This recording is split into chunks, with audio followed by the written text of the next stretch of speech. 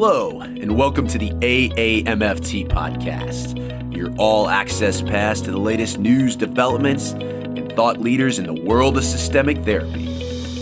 We strive to relate, educate, and innovate, one episode at a time. I'm your host, Dr. Eli Karam, and we're brought to you by the American Association for Marriage and Family Therapy. Our podcast explores topics that relationship-based therapists care about. In addition to featuring unique conversations and interviews with established experts, our show provides information and education on direct practice and emerging trends in the MFT profession. For more information, please visit us at aamft.org. Thanks for listening and enjoy the show.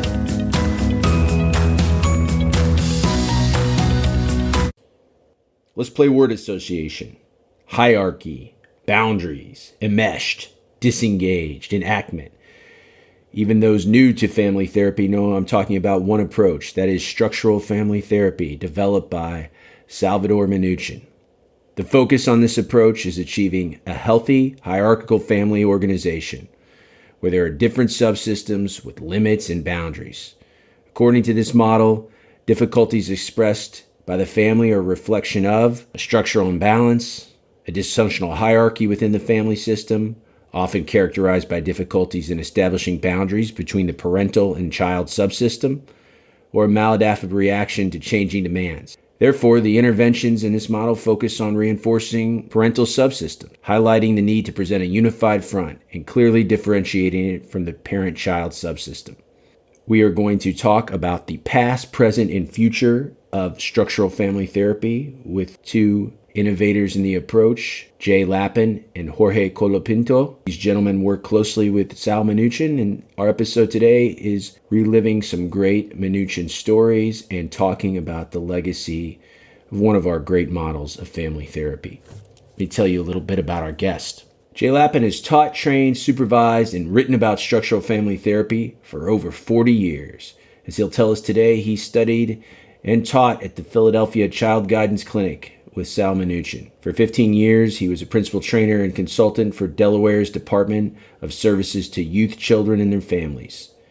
He served on the State Division of New Jersey's branch of the AAMFT.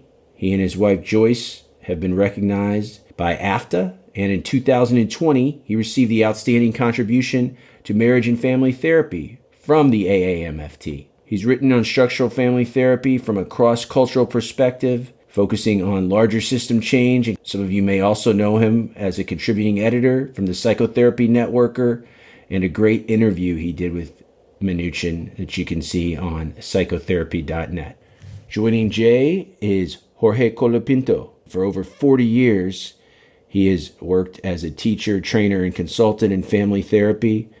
Much like Minuchin, he was born in Argentina, where he obtained a psychology degree from the Universidad Nacional de Buenos Aires in 1967. He moved to the United States in 1976, and for the next 18 years, collaborated with Minuchin, first at the Philadelphia Child Guidance Center, and later at the Family Studies Institute in New York. In 1984, he joined the faculty of another famous place, the Ackerman Institute for the Family, where he trained family therapist and directed a 12-year-long foster care project. Jorge has written and lectured both nationally and internationally on structural family therapy training and supervision and the application of family systems concepts to social services, including writing several practice manuals for social service providers. He is a member of the AAMFT and also an AAMFT-approved supervisor and LMFT in both New York and Pennsylvania. I really believe you all will enjoy a great history lesson and some great stories that personalize what structural family therapy is all about. Okay, I am so overjoyed to be doing this show where we are remembering Sal Minuchin and talking about the past and the present and the future of structural family therapy, one of our most endearing and classic models in systemic family therapy. No two better people to do that with than Jorge and Jay. I'm so happy to have you guys here. So if you ever listen to the show, the first question, we're going to be talking a lot about Sal and your memories with him. But first, how did you get interested in family therapy as a profession? In my case, I think that my case is an interesting example of how context influences individuals, because I became interested in family therapy after I joined the Philadelphia Child Guidance Clinic, because I didn't come to Philadelphia Child Guidance Clinic because of Minuchin. I didn't know Minuchin at the time. I came because Haley was working there. So I had been training as a psychologist in Argentina, and the orientation there was very hard psychoanalysis. I wasn't that satisfied with that model, so I was constantly exploring different possibilities. And one of the things that made an impact on me was Haley's writing, which was known in Argentina long before Minuchin's writing was known, particularly his book on Milton Erickson, the Uncommon Therapy book. I just wanted to learn with Haley, and I made a contact with him. He said, well, you have to come to where I am working now, which was child guidance. And then he said, by the way, the director is from Argentina. And that was the first time that I heard about Minuchin. So I came, and of course, as soon as I started in child guidance, I saw Minuchin's work, and that is when I decided I want to do something like that. We're obviously in Philadelphia. What year are we in? This would be 1976. 1976, the golden age of family therapy. Yep. You're from Argentina. Why are there so many great, legendary family therapists from Argentina? And we've had them, most of them, on the show. There's Minuchin, there is you, there is Celia Falikov, there is Chloe Madonis. Why is Argentina such a rich breeding ground for our pioneers of family therapy? Well, I will give you first the fun answer and then the more serious answer. There was a meeting once where there were a lot of us there. One of them was Alberto Serrano, which another guy from Argentina, that at one point he was the director of Child Guidance Clinic after Minuchin left. And this American colleague came to us. There was Carlos Slutsky was also there, and Celia and Chloe and Minuchin and myself. And he asked this question, why there are so many family therapists from Argentina? And I remember Serrano answering, we are not allowed to talk about that. It was a kind of a mafia thing. But the real reason is that even the training that I have, for instance, even if it was psychoanalytic, it was done by psychoanalysts that have a very strong social orientation. And when I took my course in psychopathology, for instance, it was the teacher was a psychoanalyst, David Lieberman, who had written a book recasting the whole psychoanalytic descriptions of personalities in terms of the theory of communication. So there was already sort of a cultural background for people who were interested in therapy that sensitized us to these ideas. The other memory that I have is our professor of introduction to psychology, Jose Blecher, who was a very admired psychoanalyst. Everybody wanted to be like him. And this was in 1962. He was teaching introduction to psychology, and everybody wanted to learn about psychoanalysis. He devoted the first quarter of the semester to cybernetics. The turtles that could respond to feedback from the walls and turn around. So we were very anxious about, we wanted psychoanalysis, so we went to ask him, why are you doing this? Why are you teaching that? And he said it was 1962, the beginning of the prelude to computers. And he said, if I were your age, this is what I would be studying now. So there was this sort of environment that oriented our curiosity and our identity to interactions, relationships, context. And I think that may be one of the explanations of why there are many Argentinians in this field. No, I appreciate that. And I also appreciate, uncommon therapy. You mentioned the draw for you was at first Jay Haley, who obviously collaborated with Minuchin with structural strategic the overlap, thinking of things like hierarchy and things like that. But that Uncommon Therapy is a book that you could still pick up today that I have my students read if you want to learn about Milton Erickson and Jay Haley and the origins of strategic family therapy. That's what you read. So that was your initial draw in 1976. Jay, what about you? What got you into family therapy and then to Philadelphia Child Guidance? Well, it's funny because, Jorge, I didn't know that you and I had Jay Haley in common as bringing us to child guidance.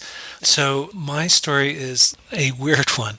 I had been drafted after college, so I was one of the last draftees. And because I'd been a probation officer in college and had some mental health volunteer stuff, the Army, in their wisdom, put me into what they called mental hygiene. So I was working out of Fort Gordon, Georgia. This was 72, and was incredibly lucky that Nixon decided during the fall of that year that no more draftees would go to Vietnam. So I just thought, oh my God, this is so good. And I felt so lucky and fortunate. So I go to Fort Gordon and I'm assigned to work in the stockade and the maximum security blocks doing therapy and evaluations. And I realized that, okay, this is the other end of probation. This is where they lock the people up that didn't stick with probation. And I have no idea what the heck I'm doing. So I go to the psychiatrist that supervised this, and I said, I don't know what to do here. I'm sitting in with these prisoners, and I'm in the cell blocks, blah, blah, blah. What should I be saying to them? Is there a book I can read? So he said, oh, yeah, there's a book by Jay Haley. It's called Strategies of Psychotherapy, which was Erickson's work from, I think, 1963, if memory serves me. So I send away for this thing. There's no Amazon in those days. It takes weeks for this thing to get back. And I start reading this, and I'm like, oh, my God. So now I'm in the cells, like trying to do paradoxes with prisoners. Like, I know you want to leave, but you shouldn't leave, because if you wanted to leave, you couldn't leave. So going back and forth with this stuff. And I said, someday I want to meet Jay Haley. This is the most amazing thing I've ever read. So I get out of the service, I go to graduate school. At the place that I studied at was called in Eatontown, New Jersey. And the reason I picked to live there was two reasons. That the agency was called Children's Psychiatric Service, and they did family therapy, and it was close to the ocean, so I could surf. So it was like a twofer. and there was a guy by the name of Jorge, you remember him, Gary Landy, who was a psychiatrist that would come and do trainings and show us films of Minuchin. So we're watching these things, and then the Families in Family Therapy was published, I think, in 1974. Gary brought this box of these books. So again, it was this like, people do this. This is remarkable. I can't believe how good this is. And Philadelphia isn't all that far away. Maybe I can go there for training. So I get a job at a newly developed thing that was happening at the time. They were stopping, because it was so expensive, to send kids off to these residential treatment centers. So I worked at an alternative school, and Philadelphia was just across the river, and started taking classes with another classic guy on the faculty, was Steve Greenstein. I applied to do the intern program, or the extern program, and was interviewed by a woman named Marion Walters, who was part of the original crew. Marion, after all this experience, years in the Army, blah, blah, blah, says, you're too young. Come back next year. So I'm like, geez. And I go another year. I go to Steve's classes. I come back, and I have to then meet what I thought was going to be Charlie Fishman, but it was actually Minuchin. And this is the first time I'd seen him. Like, it's like seeing a star or something for the first time. You're kind of, mouth open, like, this is the real guy. This is him. So this happens. I get hired eventually to work at the clinic, and I can't believe my good fortune. Like, I'm actually working at this place that I just saw videotapes and read about. So I was working as a therapist on Duke Stanton's heroin project with heroin addicts and their families. And Jay Haley was one of the consultants. So I get to meet him, and I'm like, this is crazy. I feel like I'm in Hollywood or something of family therapy land. And I got to know Jay well enough that I wrote to him years later, and I said, Jay, this is such a strange thing that I read Jay Haley, your book on strategies of psychotherapy. I'm now working at the clinic, and I would be honored if you would sign my book at some point. Yes, so you guys were there in, again, the golden age of family therapy in the 70s when structural family therapy is taking flight. And this model is remembered for many things, including, breaking the mold from working with white middle class to upper class families and really taking family therapy to the streets, working in urban neighborhoods, disadvantaged populations, training paraprofessionals to do the work. When we're going to talk about Sal and our favorite stories about him in a second, but when you think of the most endearing parts of structural family therapy and what resonated with you the most when you think about this model, what is that for you? The thing with structural family therapy is that it's not just a bunch of techniques. It is a way of being as a therapist, actually. And the philosophy, the beliefs and values that underline the model are the things that I am more satisfied with. And there are a few basic beliefs and values of structural family therapy that, for instance, the fact that the explanation is the model that is most radical in terms of understanding behavior as a byproduct of context. The idea that individuals are organized by context, and this taken to the real extreme implications that, for instance, what people think, what people feel is is determined by their relations with other people, as the opposite to what is the usual, has been the usual belief in traditional psychotherapy, which is that the individual first has to change in order for that individual relationships to be better. That has been always the approach of certainly of individual psychotherapy, and some family therapies also, that they work very much on the inside of the individual, trying to make them better people to relate. The thing with the structural therapy, this is one of the first things that it was a shock for me coming from psychoanalytic training, was watching Minuchin, for instance, working with a family where the child was described as being out of control and the mother couldn't control her, in a situation where a more traditional approach would be to work on what was it in the mother that was preventing her from being more effective with the daughter. Watching Minuchin setting up a situation where the mother would be successful, and in the process of the mother being successful with her daughter, then he would feel better as a mother, as a competent person.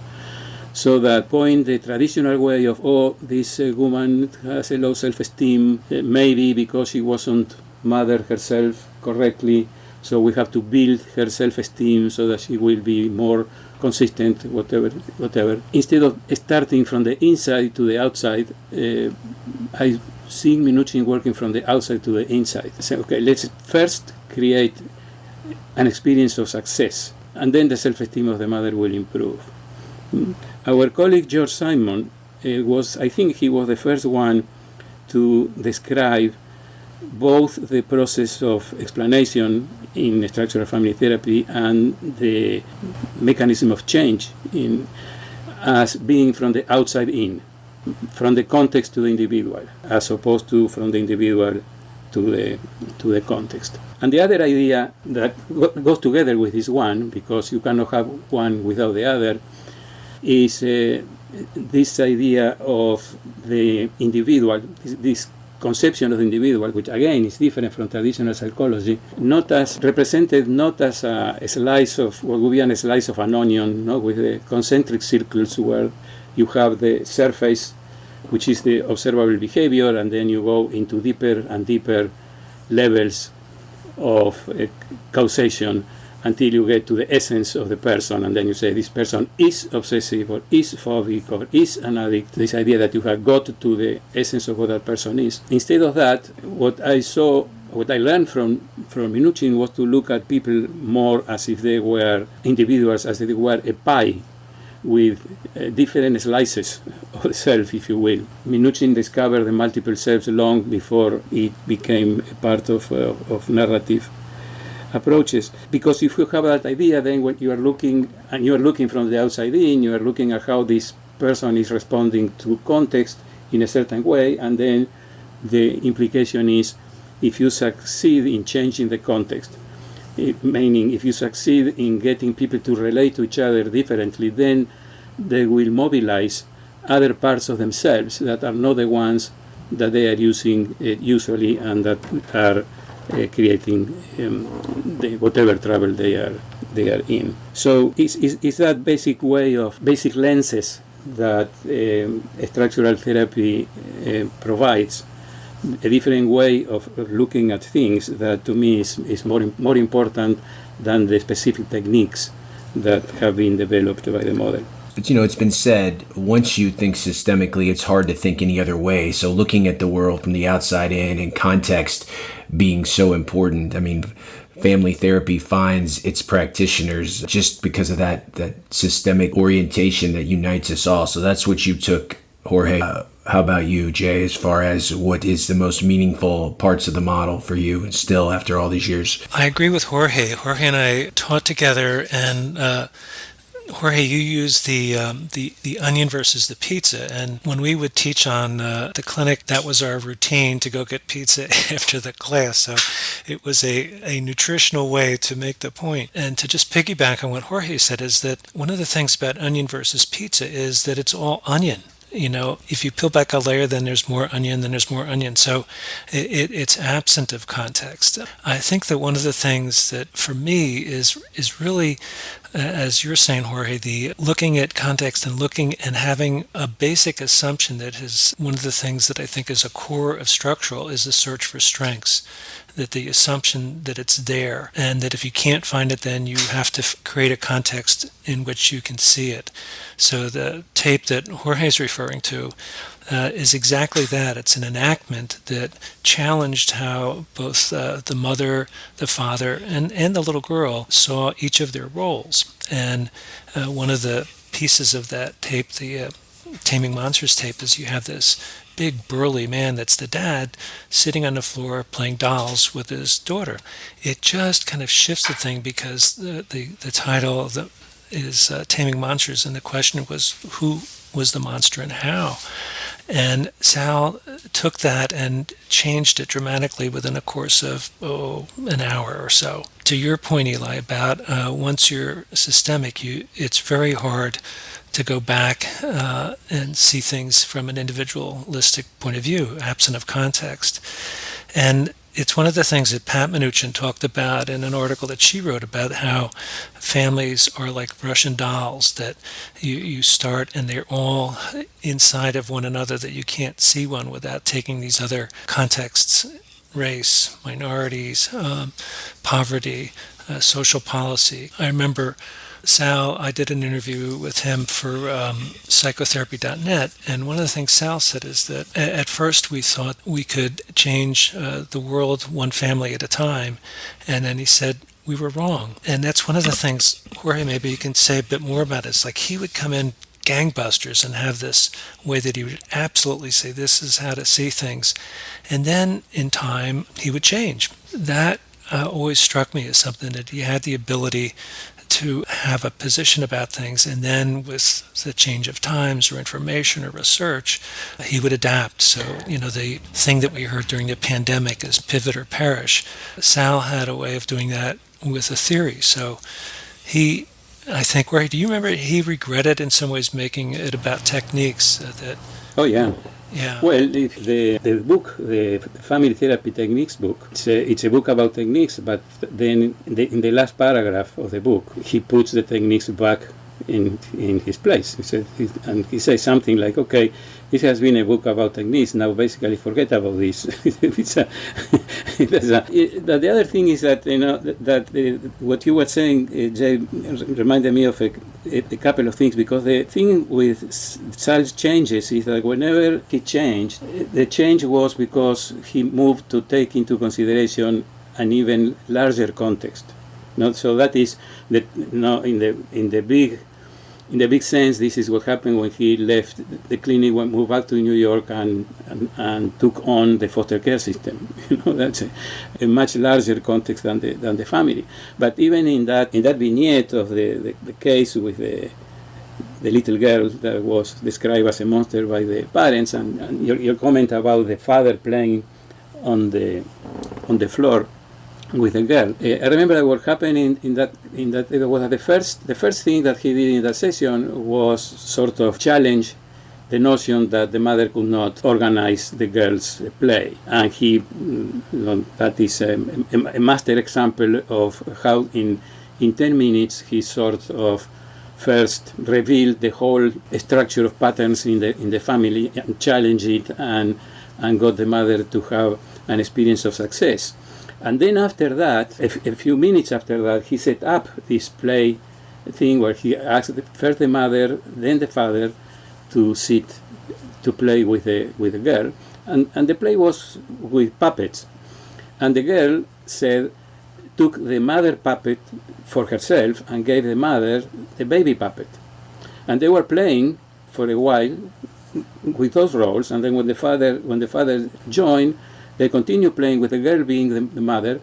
And then at one point, Minuchin said, okay, now let's change, and he changed the puppets, and he gave the mother puppet to the mother and the child puppet, the baby puppet, to the daughter. So when he was showing this tape in the clinic, we were all marveled at the genius of how he had worked on the roles thing, and how he had reestablished hierarchy by changing the thing. And he said, no, that was not why I did it. The reason why I did it is because we had spent the first part of the session establishing control, getting the mother to be able to control the girl. And I did not want this family to have a memory of this session as being an exercise on how to control a little girl. I wanted them to have more the memory of a pleasurable interaction. And for that I needed, which is one of the principles of enactment actually, I needed that transaction to last longer. And they were running out of ideas for their play, so I thought that changing the roles would be a good cue to continue the play, which I wanted to occupy a large part of the session. And he was looking at this family not just from the small point of view of how to control a little girl, but more from the health of the family as a whole. And the idea is that a family with a 5-year-old and a 2-year-old, which were the ages of the two girls, should be enjoying the girls more than just making sure that they don't misbehave. That is a larger context of thinking. The other association that I have is that when you mention our teaching together, and this has to do with the idea of challenge. The therapist in a structural family therapy challenging the family, but in order to be able to challenge the family, the family's beliefs and the family's ways of interaction, the therapist needs to be accepted for the family, in that situation, so that this complex, almost paradoxical business of joining and challenging at the same time, which I decided lately that I would call it supportive challenge. But what I remember is that when we were teaching together, one of the questions that you would ask Jay in the beginning was to the audience was, how many of you feel that you are good at joining? And then most people would raise their hands. And then Jay would say, and how many of you are good at challenging? And very few people would raise their hands. And then Jay would say, well, if you're not good at challenging, you're not good at joining. Well, I always think you have to have an alliance. And Minuchin, obviously, joining and through things like mimesis and meeting each family member where they were at, it was such a skill. But yeah, until you have that alliance, it's very hard to have credibility and challenge. So that they go hand in hand, though. But you got to join the system to change the system, so to speak. Structural family therapy is a series of techniques, joining, accommodation, enactment, unbalancing, versus, and some, I still show these classic tapes that you've mentioned to current flocks of MFT trainees, and they say, well, there's only one Minuchin. I could never do that. So the balance between techniques and self of the therapist, I'm curious what you think of that, because there is only one Minuchin. And number two, the parts of the model, as you said, that he was a very polarizing figure. There were people that loved him,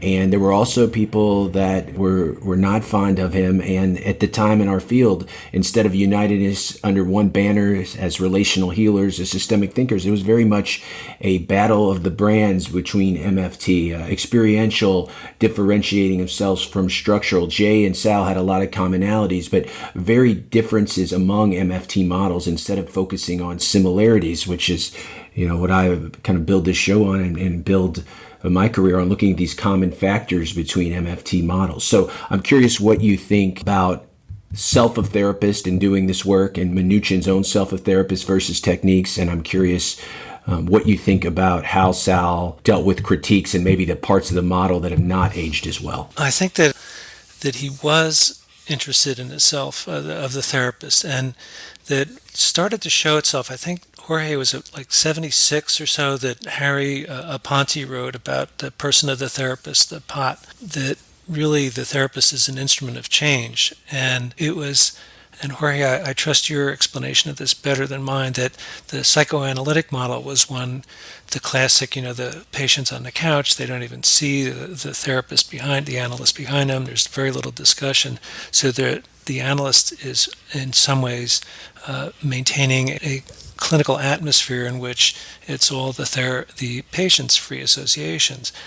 There wasn't a lot of room there for the therapist to be themselves or use themselves in ways that would be differential and context-based upon the family, what was the family bringing, and how they would get the family to go to these stronger prospects. So when that became more of a presence, it was really like how do we use ourselves? What aspect of ourselves do we bring forward? And the joining question, the challenging question, really was that those things do go together.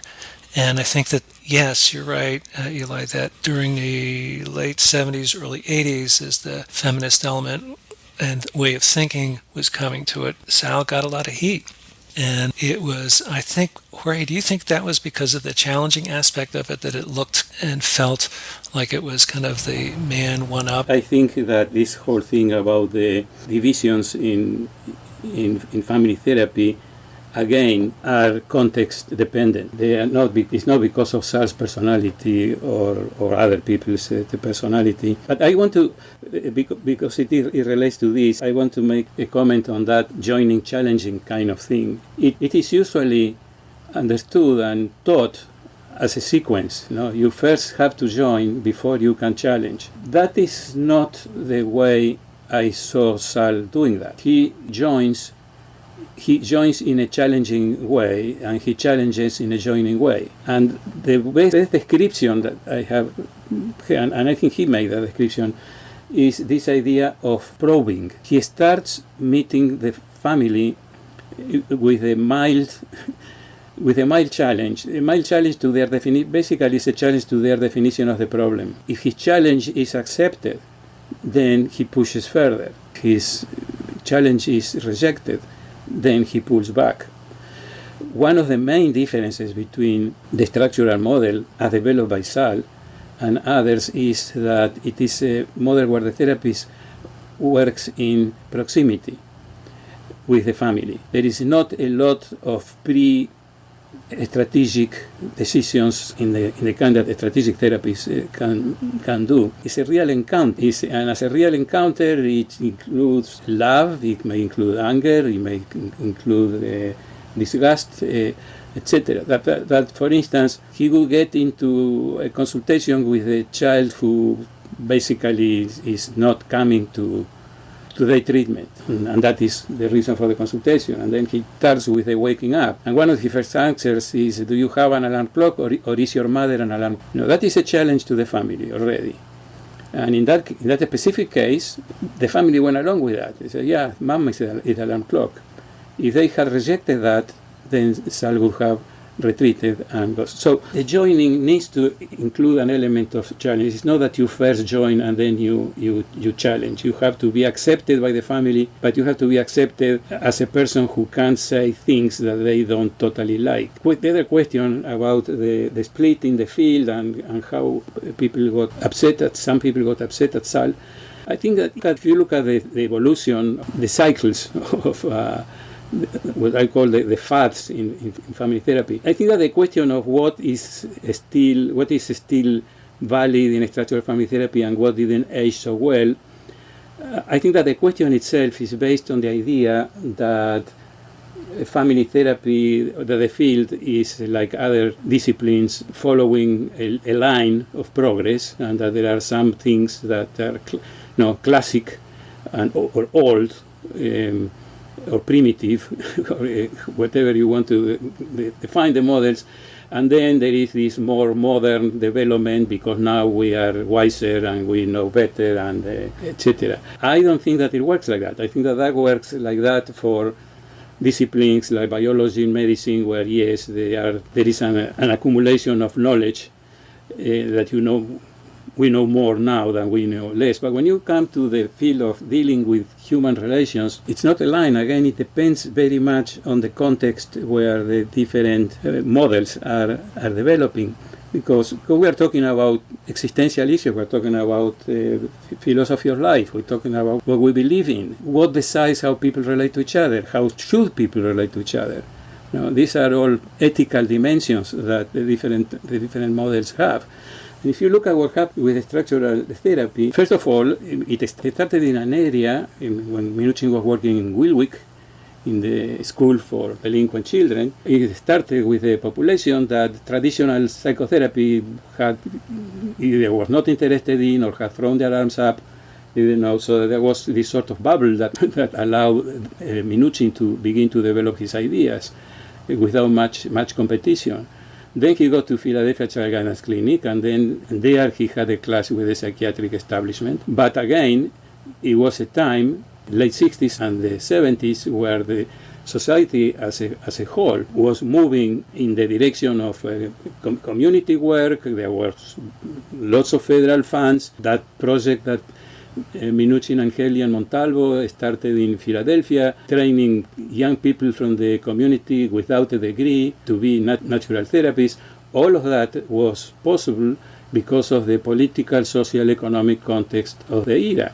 But it was, in a sense, in terms of dominant culture, it was sort of an aberration, because it was not online with a more traditional, persistent, individualistic tone that the society has. You were asking why there are so many family therapists from Argentina. Well, the culture is not as individualistic there as it has been here.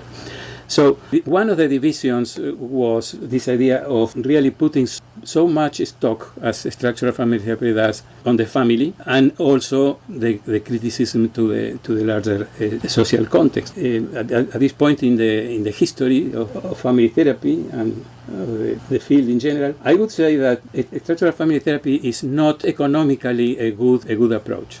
It's not a financially rewarding kind of approach to do structural therapy. Where I see the future, we were talking about the present and the future, where I see the future of structural therapy is more in situations where, in environments where family work is needed, like, the whole field of child welfare, because it is in that kind of a scenario where the structural emphasis on context as determinant of problems and of solutions can be better applied.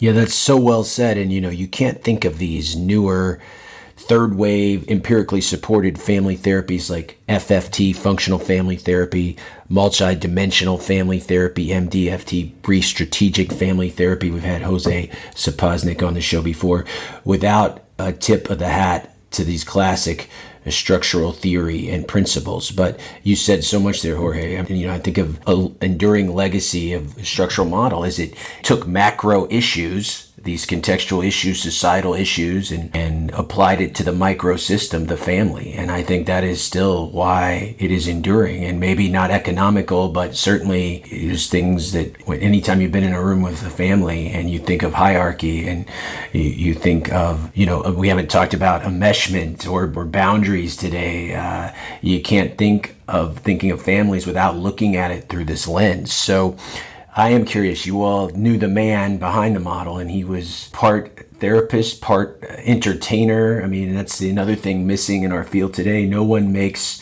for various reasons, nobody makes live demonstrations with families or videos like those classic tapes, and he was certainly so skilled and so unique. When you think of the man, I'll give you the opportunity here in our last segment to talk of your memories of the man and any great Minuchin stories you want to share. When I was going for the extern program for the interview, Charlie Fishman was supposed to interview me. Minuchin's secretary at the time, a woman by the name of Marge Arnold, comes out and says, Dr. Fishman's not here today, so Dr. Minuchin will be interviewing you. So I am now freaking out because I'm going to meet this man that I've only seen on tape, video, read his materials, and I just was beyond myself. So I had vowed after I got out of the service that since I had to cut my hair all the time for 2 years, I was not going to cut it for, another 2 to 4 years.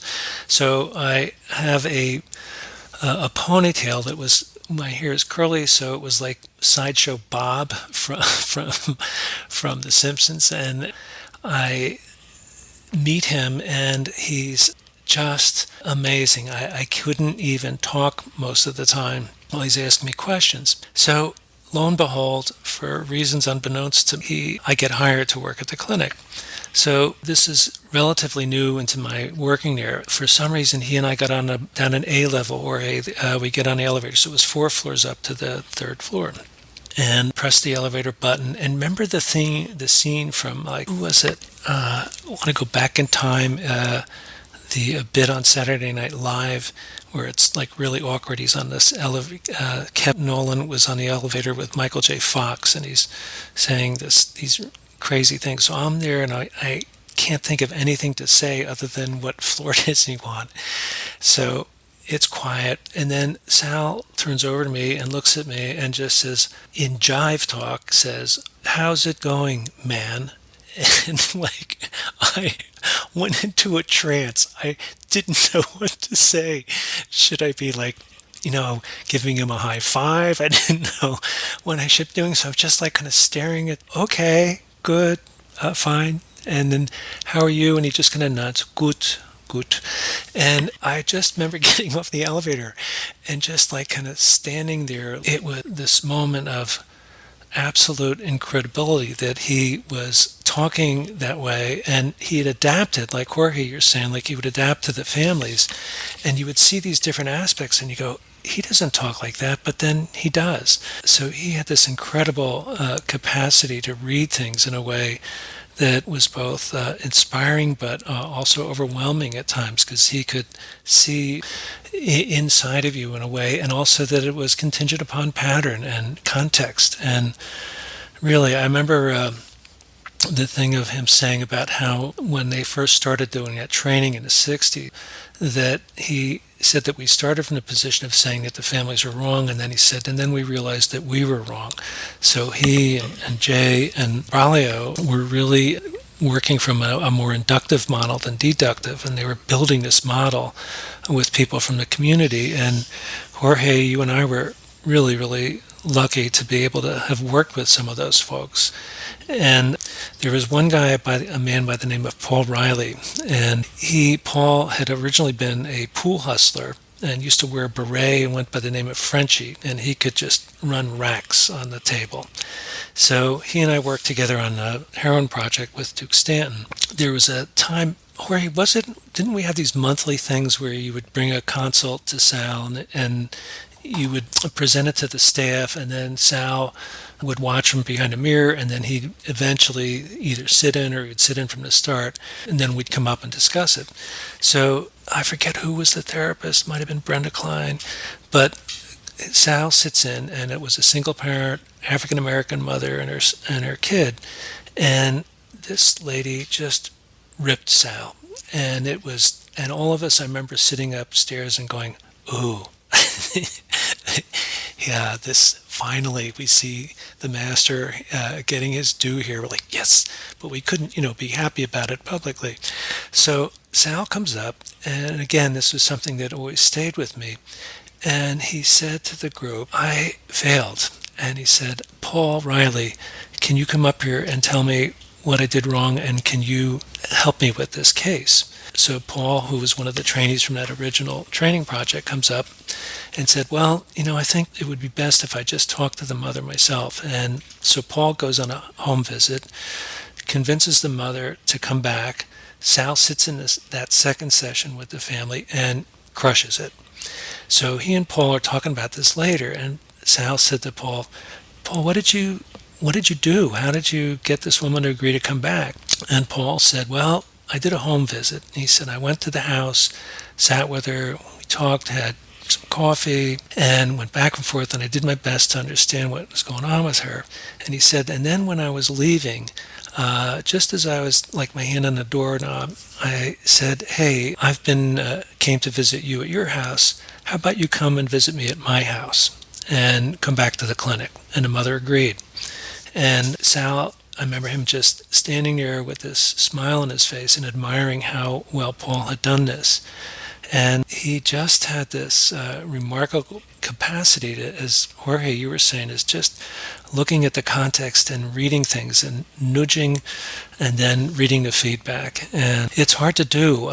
My colleague and friend Bruce Buchanan and I had this weird intervention that was based upon that called FTO BTC, which was an acronym for Feel the Back of the Chair, because we'd be supervising and you'd see the therapist kind of leaning in and trying to convince the family of something, and then inevitably it would go sideways, and we'd buzz in and say, just feel the back of the chair. And that physical connection allowed people to have just enough distance to see the patterns a little bit more and take a different posture and strategy with the family. One of my favorite stories, I think Sal was doing this big gig. So there was hundreds of people in the audience, and he's talking, and somebody asked him about being married, and I happened to be sitting next to Pat, his wife. So the person in the audience said, well, do you ever have differences with your wife, and how do you do that? And Sal said, yes. He said, I divorced my wife 100 times, and I've married her 101. And I look over at Pat, and I just kind of gave, yeah, and she goes, yeah, and she just kind of smiled and nodded her head. So he was funnier than people think. That was my connection with him, that he and I could be silly together in a way that was just special, and I towered over him. I'm close to I guess I'm 6'4" now, and Sal was much shorter, so part of the game was he would grab me by the arm and squish me down so that he was taller than me. I don't think I have any pictures of the two of us together when I'm taller than him. So it was just this kind of running joke, and to be able to be funny. And I think that that's something that we missed a lot of the times because he had such a serious task in front of him and took it seriously. Well, I think that's one of the ways his use of self, and he was funny. He could join with families. He didn't take himself too seriously, and he was so quick-witted. Some of my students, when they watch these classic videos and live demonstrations for the first time, say, well, he must have practiced those phrases or those sayings. And I mean, you guys were around him enough. I think part of his way of being was just being spontaneous and being quick-witted. You guys have been so gracious. We just have a few minutes left. You have given us your time. I know you both have future engagements, so we just have a couple minutes left. I want you to get in one last story, Jorge. Anything you want to share? The one story that has stuck with me was the very first time that I saw Minuchin, and that was presenting in San Francisco to an audience of mostly psychologists with a humanistic orientation that were not very friendly to his approach. He was showing his work with an anorectic girl and her family. The thing that impressed me was how he teaches, how he makes an impression on people, even on people who initially are not interested in what he has to say or opposed to what he has to say. He was showing all of the moves in anorexia that are pretty intense in terms of the challenge to the family, the challenge to the client, the challenge to the system in general. And people in the audience were asking, well, all of this is very spectacular, but what about the outcome? And this was a 2-day workshop, so he said, well, I will talk about this outcome tomorrow. And then tomorrow came, and he moved to a different case, and then he interviewed the family live, and he never went back to the issue of outcome. So around 3:30, it was still about half hour to go, and he said, well, no, I don't have anything else to do, and he had gone through questions, etc. So I think I'm going to take a walk in the marina. But he left a tape of a session with the same family 1 year later. Now they were back, and now the issue was more to do with the father. And then he left, and the video started to roll. The first thing in the video was a close-up of the face of this former patient, that was now a beautiful, healthy, very healthy-looking girl who was teaching her father, how to have a healthy diet. And then this came up on the screen, and there was this collective "oh" of the audience that had been asking for outcome. And what really impressed me was that he did not stay to watch it. He did not stay to see how the people would react. But certainly he staged it in a way that it would create a big impression. This one situation where he purposefully deprived himself of the pleasure of watching how the people would react to what the outcome in this case had been is something that has stayed with me for, it was in the beginning of 76 that this happened. As a matter of fact, if we have time, I have another story from that same situation that has to do with his connection with the audience at the same time that when he's teaching. The live session that he did, there was a moment when he was talking to the girl about how she had become specialized in observing her parents, which is a frequent theme in Sal's consultations. You are a parent watcher. There was a girl that talked very softly. It was very hard to hear her. It was a live session. And Sal mimicked her soft, so they were both talking in a very soft voice. So everybody in the audience, including myself, were leaning forward, trying to listen every single word that this girl and Minuchin were saying. And then Minuchin says to the girl, "You have become a parent watcher." And he went lower and lower, and then we kept leaning forward and forward, and he said, "Do you know what happened to children who become parent watchers? What happened later in life?" And the girl said, "What?" And by now we were almost on the stage trying to listen, and he said very softly, "They become psychologists." And then we all sprang back in our chair. I mean, we're not going to have any better story than that to end it, gentlemen. He would be 100 years old this year. He died 4 years ago at 97, and it's amazing, and you all have honored his legacy and have had wonderful careers of your own, and even that story at the end just shows like the power of family therapy. And you could watch a training tape like that from 50 years ago and it would stand the test of time, and that's what makes structural family therapy and Sal Minuchin a true original. And I can't thank you enough for your time, gentlemen. There you have it. Eli back with you, bringing to a close another great installment of the AAMFT podcast. One of the things that we get the most feedback on are our pioneer interviews. And luckily, if they're still living, we have been able to interview over the last 3 years many luminaries in the field, including people like Sue Johnson, Dick Schwartz, Bill Doherty, Chloe Madonis, the late David Snarch. But sometimes if we can't capture the model developer himself, the great Sal Minuchin, who just passed away a couple years ago, as we mentioned in the interview, we get you the direct descendants and the people that have not only pioneered but kept innovating the application of structural family therapy. In this case, nobody has done it better than Jorge and Jay. Thank you so much for their time. We could have gone another hour sharing great stories of their time with Salvador Minuchin. So again, those Pioneer Series, part of the AAMFT podcast. Also, we bring you the latest and greatest trends impacting the practice of systemic family therapy. And as always, we rely on you, the listener, to give us ideas for that content. So you can get a hold of me, email eli@northstarcounselingcenter.com.